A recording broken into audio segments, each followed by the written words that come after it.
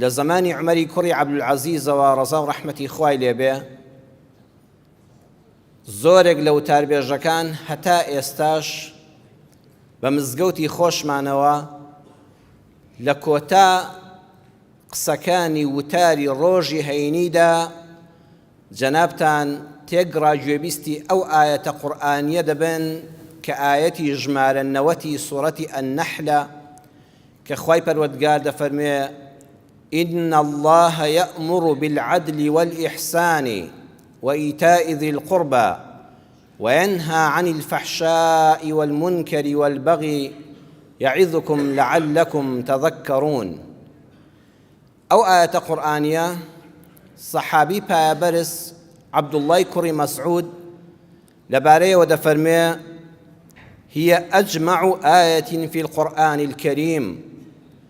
کۆکەرەوەترین ئایەتی قورئانی پیرۆزە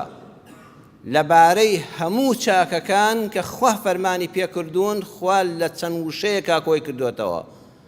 و هەموو خراپە و قێزەونی و ناشیرنیەکانیش خوا لە چەند وشەیەکە لەم ئایەتەدا ئاماژەی پێکردووە.